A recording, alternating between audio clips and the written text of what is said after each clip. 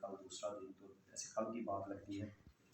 ان کے پاس ہم آتے تھے اکثر، ان کی بیماری میں بھی، جو آخری سال ان کا تقریباً بیماری میں گزرا، اور اس سے پہلے بھی جب بھی کوئی رہنمائی لینی ہوتی تھی، ان کی جو شخصیت تھی وہ تہذیب میں گوندھی ہوئی ایک شخصیت تھی، رسم و رواج میں گوندھی ہوئی ایک شخصیت تھی۔ وہ بڑے حلیم طبع آدمی تھے، اور اسی کے ساتھ ساتھ جو ہے وہ بڑے ایک سخت گیر آدمی بھی تھے، اپنے نظریاتی نقطۂ نظر کے حوالے سے اور جدوجہد کے حوالے سے بھی سخت گیر۔ اس لیے میں کہہ رہا ہوں کہ بڑا مشکل ہوتا ہے اپنی جان کی قربانی دینے کے لیے اپنے آپ کو پیش کرنا۔ اور ہم نے سنا، ان سے بھی سنا، دوسرے لوگوں سے بھی سنا کہ جب بٹ صاحب جا رہے تھے دوسری دفعہ، تو یہ نوجوان تھے اور انہوں نے اپنے آپ کو پیش کیا کہ ہم بھی جائیں گے، اور جب ماحول ایسا تھا، ظاہر سیز فائر لائن کراس کرنی ہے، بٹ صاحب کے پہلے ہی وہاں پہ سزائے موت ان کی منتظر تھی، تو یعنی ایک طے شدہ بات تھی کہ وہاں جا کر تو غالب امکانات یہی ہے کہ آپ کو اپنی جان سے ہاتھ دھونا پڑیں گے۔ لیکن یہ جس پر ایک یہ لوگ ہیں جس نے اس ساری موومنٹ کی بنیاد ڈالی، تو ان سب کی اگر آپ ان کی صلاحیتیں دیکھیں، ان کے قد کاٹ دیکھیں، اور ان کا ویژن اور کمٹمنٹ آپ دیکھیں، تو ہر ایک دوسرے سے جو ہے وہ سبقت لیتا ہوا آپ کو دکھائی دے گا۔ رائٹ فرام ٹاپ شروع کریں آپ، بٹ صاحب سے، خالد انصاری صاحب سے، امان صاحب سے، جسٹس مجید ملک صاحب سے، اور بے شمار جی ایم میر صاحب، اس طرح کے جتنے بھی لوگ تھے، تو مجھے نہیں لگتا کہ آج جو ہماری تحریک ہے اس کی صفوں میں اس طرح کے لوگ باقی ہیں۔ اللہ کرے لوگ شعوری طور پہ ترقی کریں اور اس سطح پہ پہنچے، لیکن ان سب کی جو کمٹمنٹ تھی، ایک تو یہ تھا کہ انہوں نے ایک طرح سے اپنی زندگیاں اس کام کے لیے وقف کی، اور دوسرا یہ ایمانی طور پر بہت پختہ لوگ تھے، یعنی ان کا ایقان جو تھا، اور ان کا اخلاص، اور ان کی جو امید کا ایک ان کے اندر وہ پہلو تھا، وہ اتنا زیادہ پختہ تھا کہ یہ ساری سختیاں اور حوادث اور اس قبضے کے جتنا جبر ہے وہ ان کو متزلزل نہیں کر پایا کسی بھی لمحے پہ، اور ان سب لوگوں نے جو ہے وہ اپنی جان اور مال اور اپنے قربانیاں جو ہیں ان کی اعلیٰ مثال قائم کی۔ تو میں سمجھتا ہوں کہ یہ ہمارے لیے ایک بڑا اثاثہ ہے کہ ہم اپنے ان زوما کی زندگیوں کو فالو کریں۔ یہی ایک تقاضا بھی ہوتا ہے کسی بڑے آدمی کو خراج عقیدت پیش کرنے کا بھی، اور اس سے اپنی وابستگی ظاہر کرنے کا بھی، کہ اس کے فٹ سٹیپس کو فالو کیا جائے۔ اور میں بڑا خوش قسمت سمجھتا ہوں اپنے آپ کو کہ ہماری تحریک ہمارے پاس جب آئی تو جتنی بھی اس کی سختیاں تھیں، ابتدائی سختیاں جو ہوتی ہے، وہ یہ سارے لوگ جھیل چکے تھے، یہ برداشت کر چکے تھے۔ ہم تو بڑے آسان ایک ماحول میں جو ہے وہ اس تحریک کو آگے چلانے کی کوشش کرتے ہیں، اور پھر بھی ہمارے شکوے شکایت جو ہے وہ جاری رہتے ہیں کہ جی بڑا مشکل کام ہے، اور ہم بڑی قربانیاں دے رہے ہیں، اور ہم بڑی جدوجہد کر رہے ہیں۔ لیکن اگر ان سب کی ہم زندگیوں کو دیکھیں، اپنے پیش رو جو ہے ہمارے قائدین، تو اصل مشکل وقت جو تھا انہوں نے گزارا، یہ زمین انہوں نے ہموار کی، یہ بنیادیں جو ہے وہ انہوں نے رکھی، اس میں ان کا خون شامل ہے، اس میں ان کا خون جگر شامل ہے، ان کی ریاستیں شامل ہیں اس میں۔ تو ضرورت اسی عمر کی ہے کہ ہم قربانی کا وہ جذبہ پیدا کریں اور کمٹمنٹ کا وہ جذبہ پیدا کریں جو ان میں تھا۔ باقی آج کے ماحول میں ظاہر ہے یہ نظریاتی اور سیاسی ہمارے رہنما ہیں، تو ان کو خراج عقیدت پیش کرنے کے لیے بھی اگر کوئی تقریب منعقد کی جائے تو اس کا مقصد بھی یہ ہوتا ہے کہ آج کے تناظر میں ہم ان کی جدوجہد کو کیسے دیکھتے ہیں اور کیسے جو ہے وہ اس کو آگے لے جا سکتے ہیں۔ میں اپنے آپ کو ذاتی طور پہ یعنی اتنا وہ سمجھتا ہوں ذمہ دار کہ اگر انہوں نے کچھ چیز ہماری نسل کے حوالے کی تو ہماری یہ ذمہ داری بنتی ہے کہ ہم اس کو آگے لے کر چلیں اور اس کو پہلے سے زیادہ توانا اور مضبوط کریں۔ اگر ہمارے ہاتھوں سے ان کی جدوجہد جو ہے وہ بھی ضائع ہوتی ہے اور ہماری اپنی نسل کی بھی، تو ہم سے بڑا بدقسمت کوئی نہیں ہو سکتا ہے، یا ہم سے بڑا نالائق کوئی نہیں ہو سکتا ہے کہ اتنی ایک عظیم جو جدوجہد ہے وہ جب ہمارے ہاتھوں میں آئے تو وہ ضائع ہو جائے۔ اس لیے بہت زیادہ سنبھل کے چلنے کی بھی ضرورت ہے۔ جو ہمارے اکابرین یا جو ہمارے زعماء اہل دانش ابھی زندہ ہیں، ان سے بھی رہنمائی کی ضرورت ہے قدم قدم پر، تاکہ اس جدوجہد کو اس کی حتمی منزل کی طرف جو ہے وہ لے کے جایا جائے۔ اس وقت حالات جو ہیں وہ گزشتہ 73 سال سے اچھے تو خیر کبھی بھی نہیں رہے۔ ہمیں اس وقت چونکہ ابلاغ کا دور ہے تو ہمیں ایسا لگتا ہے کہ حالات جو ہے وہ اس تیزی سے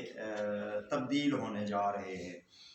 اور اس تبدیلی میں شاید یہ جو پچھلے 2-3 سال ہیں اس میں ہم نے دیکھا کہ انڈیا پاکستان کی حکومتیں جو ہیں جو اس ریاست پہ قابض ہیں،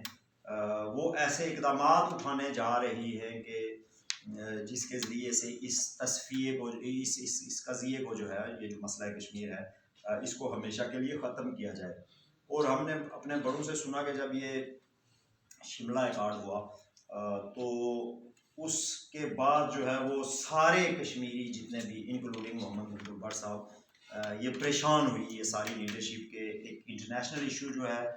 اس کو انڈیا پاکستان نے ایک بائی لیٹرل اس میں جھگڑے میں تبدیل کیا ہے، اور اب جو ہے وہ ہماری جو تحریک ہے یہ مشکل صورتحال سے دچار ہو گئی ہے، اور اسی میں بٹ صاحب نے بھی اپنی جان کا نذرانہ پیش کیا تاکہ اس کو دوبارہ جو ہے وہ ایک عالمی کینوس پہ لا کے رکھا جائے۔ تو آج وہ جو کام شروع ہوا تھا شملہ معاہدے سے، اور پھر اس کے بعد لاہور ڈکلریشن، واجپئی نواز شریف مذاکرات، مشرف منموہن سنگھ کا معاملہ، اور یہ ساری چیزیں جو ہیں یہ چلتے چلتے چلتے ایک ایسی نہج پہ آ گئی ہے کہ آج انڈیا پاکستان آلموسٹ یہ انہوں نے طے کیا ہے کہ اس کو اسی بنیاد پہ، سیز فائر لائن کی بنیاد پہ ڈیوائڈ ہی رکھا جائے، اور اپنے اپنے علاقے کو اپنے اپنے آئینی جغرافیے کے اندر کسی طریقے سے بھی جو ہے وہ ضم کر کے تو ان کو اس کا حصہ بنایا جائے۔ اب چونکہ تاریخ سے بہت زیادہ لوگوں کو وابستگی نہیں ہوتی ہے، دلچسپی نہیں ہوتی، پڑھتے نہیں ہیں، اور ویسے بھی ماسز کی جو میموری ہے وہ تھوڑی شارٹ میموری ہوتی ہے تو وہ بھول جاتے ہیں چیزیں۔ یہ انڈیا پاکستان نے یہ کام پچھلے 73 سالوں میں بہت دفعہ کیا ہے، یہ کوئی پہلی دفعہ یہ کام نہیں کریں گے، اور بہت سارے علاقے ہیں، بہت ساری ریاستیں ہیں جو 47 کے بعد انہوں نے انیکس کی ہیں اپنے اپنے اس میں جغرافیے میں، اور وہاں اسی طرح کی وہاں جو کوئی حکومتیں تھیں یا جو بھی پولیٹیکل اور سوشل سیٹ اپ تھے یا اسٹرکچر تھے، ان کو یا خریدا یا ڈرایا یا ان کو ڈسٹارٹ کیا، ان کو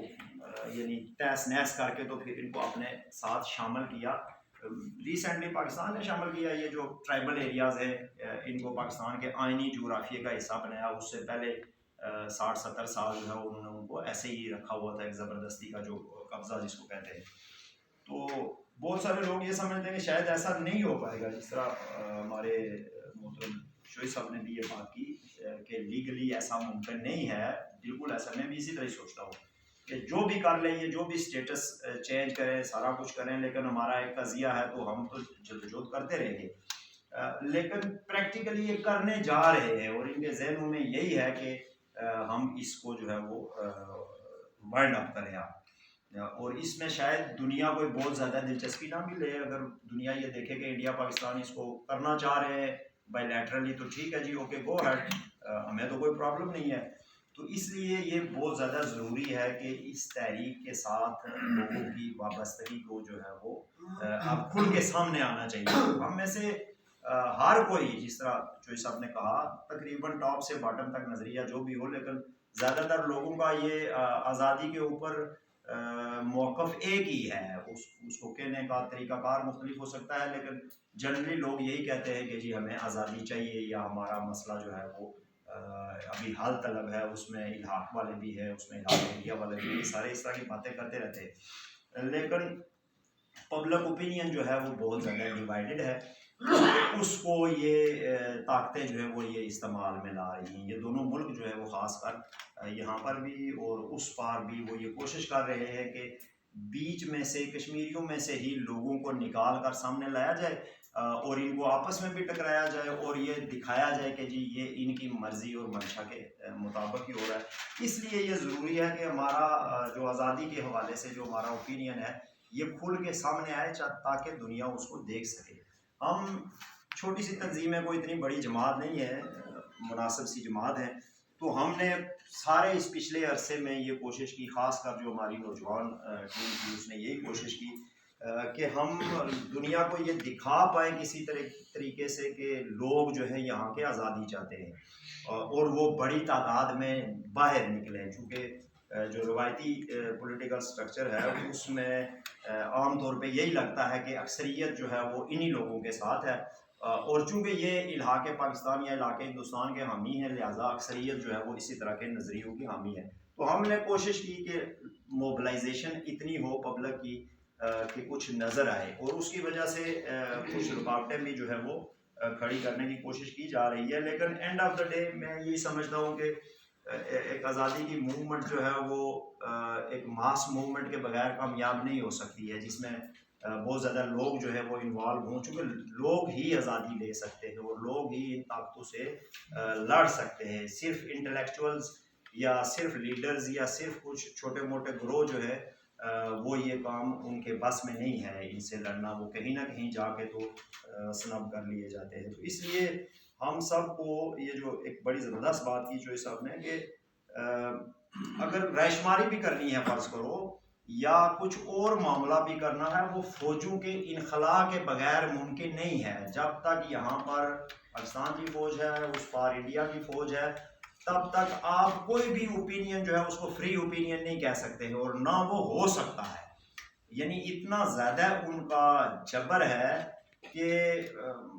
آپ میں سے بہت سارے لوگوں کو اس بات کا اندازہ ہے کہ وہ گھروں میں پہنچ جاتے ہیں، وہ لوگوں کے بچوں کے گھروں میں، وہ شاپس پہ، وہ اسکولوں میں، وہ ہر جگہ پہ پہنچ کے تو آپ کو یہ دبانے کی کوشش کرتے ہیں کہ آپ آزادی کی بات جو ہے وہ نہ کریں. یہاں کسی نے ذکر کیا وہ اعلان آزادی لٹریچر کا، اس میں کوئی ایسی بات نہیں تھی، وہ وہی باتیں تھیں جو ہماری روزمرہ کی باتیں ہیں. جب ہم انتظامیہ سے جا کے ملے تو انہوں نے کہا کہ اصل میں مسئلہ یہ ہے کہ جو آپ کا پمفلٹ ہے اس کے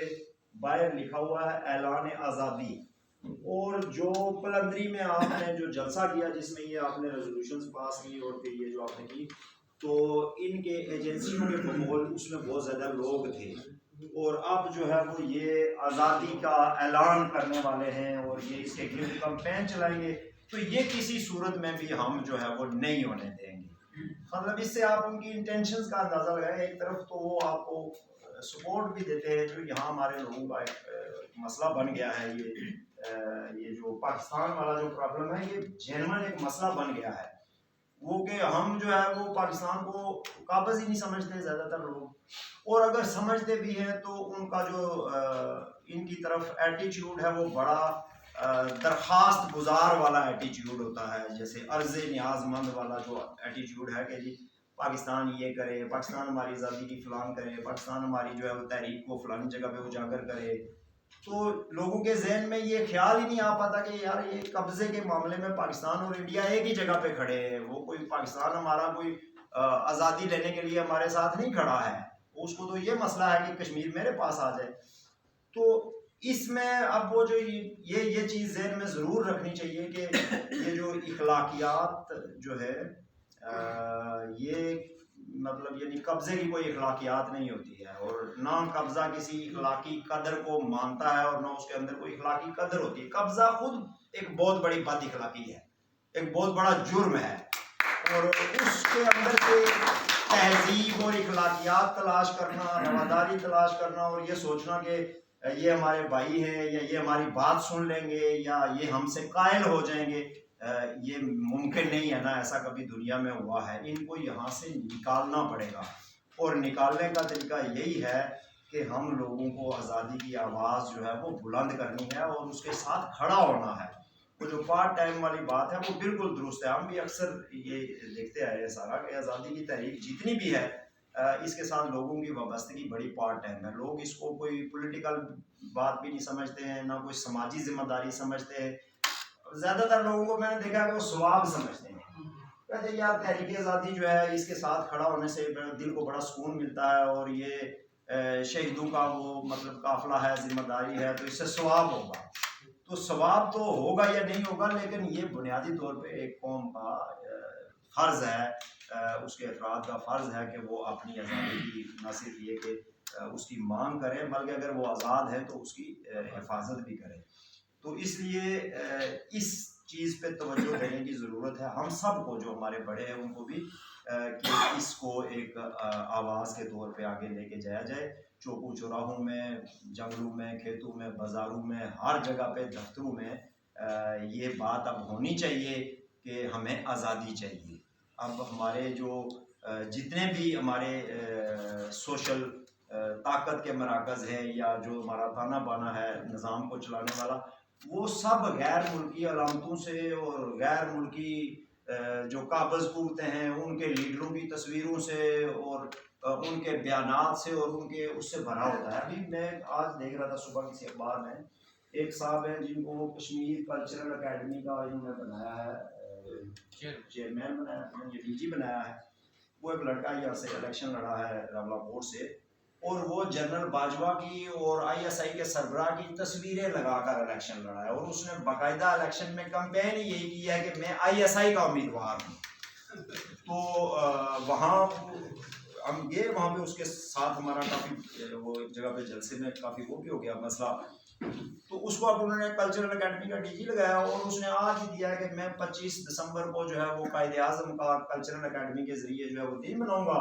اور پوری قوم کو یہ بتاؤں گا کہ قائد اعظم جو ہے وہ ہمارے رہنما ہے اور ہمارا اول و آخر جو منزل ہے وہ پاکستان ہے. تو یہ اب اداروں کے اندر بھی جو ہے وہ کوشش یہ کر رہے ہیں کہ اب کشمیریوں کے